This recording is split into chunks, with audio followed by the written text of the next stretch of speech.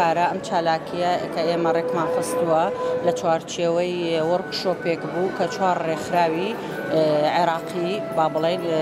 ڕێکمان خست بوو لەسەر ئامادەکردنی سەرکردەی دامەزراوەی خولەکە 4 ڕۆژ بوو 3 ڕێکخراویان لە بەغداوە هاتبوون جەمعیە العێراقیە لەگەڵ جەمعیەت المشکات لەگەڵ جەمعیەت الجسر لەگەڵ ڕێکخراوی مەموزین.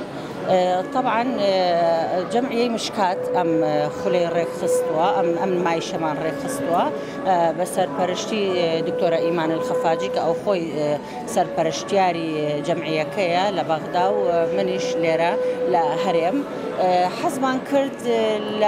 پراوێزی ئەو کارانەی کە کردومانەکەین باسی سیاسەتەکەین و باسی عیلاقاتی هەرێم و بەغدا ئەەکەین ویسمان شتێکی جوانیش نیشان بدەین نیشانی هاوڵاتی عێراقی بە تایبەتی و هاوڵاتیانی کوردستانیش کە ئافرەتی کورد بەدەر لە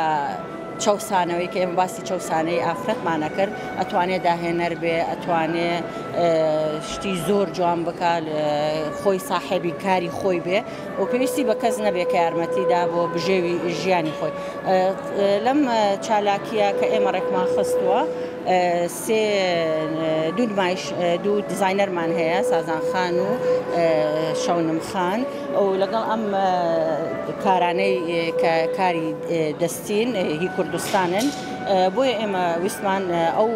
پرۆفیسۆرانە ئەو مامۆستای زانکۆوانەی کە لە بەسراوە تا هەرێم ئامادەی ئەم خولە بوونە بێن ئەم کارانەش ببینن و ببینن کە تاکی کورد بەدەر لە سیاست شتی تری شەزانێ و هونەر و فلکلۆر و عادەتەن ئێمەی کورد لەگەڵ عەرەب و ملەتانی عێراق بەعام کولتورێکی